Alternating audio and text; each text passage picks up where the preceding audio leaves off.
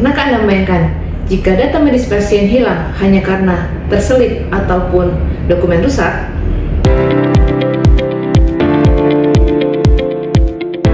Assalamualaikum warahmatullahi wabarakatuh. Perkenalkan, saya Noviati Pratiwi, mahasiswa Magister Administrasi Rumah Sakit Universitas Muhammadiyah Yogyakarta. Pada kesempatan ini, saya akan membahas salah satu tantangan yang sering dihadapi rumah sakit di era digital, yakni implementasi rekam medis elektronik atau RME sebagai bagian dari transformasi pelayanan kesehatan. Saat ini, transformasi digital telah menjadi kebutuhan bagi rumah sakit untuk meningkatkan efisiensi pelayanan, kualitas layanan, dan keselamatan pasien. Salah satu bentuk transformasi tersebut adalah penerapan rekam medis elektronik. Melalui RME, data pasien dapat dikelola secara lebih cepat, akurat, dan terintegrasi, sehingga mendukung pelayanan kesehatan yang lebih efektif. Meskipun memiliki banyak manfaat, implementasi rekam medis elektronik masih menghadapi berbagai tantangan. Banyak tenaga kesehatan yang mengalami kesulitan dalam beradaptasi dengan sistem baru dan masih terbiasa menggunakan sistem catatan manual yang telah lama menjadi budaya kerja di rumah sakit.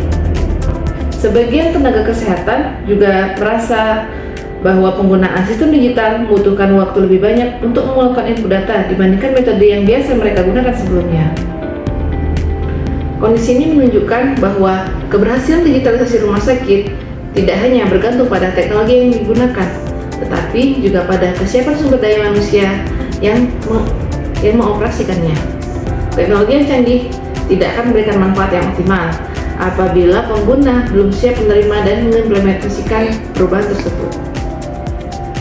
Apabila perubahan tidak dikelola dengan baik dan tepat, dapat muncul berbagai permasalahan seperti rendahnya tingkat penerimaan pengguna, meningkatnya risiko kesalahan penginputan data, menurunnya produktivitas selama masa transisi, hingga terganggunya proses pelayanan kepada pasien.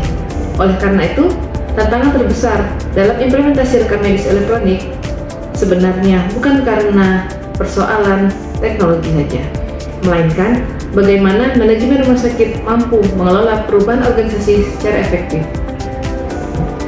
Untuk memahami tantangan tersebut, kita dapat melihatnya melalui teori manajemen perubahan yang dikemukakan oleh Kurt Lewin. Menurut Lewin, perubahan organisasi terdiri dari 3 tahapan, yaitu unfreezing, changing, dan refreezing.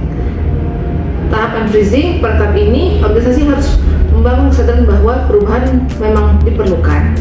Dalam konteks rumah sakit, tenaga kesehatan perlu memahami mengapa rekam medis elektronik harus diterapkan dan bagaimana jika sistem tersebut dapat meningkatkan mutu pelayanan serta keselamatan pasien. Selanjutnya, changing. Setelah kesadaran terbentuk, rumah sakit mulai menerapkan perubahan melalui pelatihan, pendampingan, dan adaptasi terhadap sistem baru. Pada tahap ini, dukungan manajemen sangat penting untuk membantu tenaga kesehatan menghadapi berbagai tantangan selama proses transisi. Kemudian refreezing. Tahap terakhir adalah menjadikan perubahan tersebut sebagai budaya kerja baru sehingga penggunaan rekam medis elektronik dapat berlangsung secara konsisten dan berkelanjutan. Dengan kata lain, sistem baru tidak hanya digunakan karena kewajiban, akan tetapi telah menjadi bagian dari kebiasaan kerja sehari-hari. Selain itu, teori kepemimpinan perubahan John Kotler menjelaskan bahwa keberhasilan perubahan organisasi sangat dipengaruhi oleh kepemimpinan yang kuat, komunikasi yang efektif, serta keterlibatan seluruh anggota organisasi.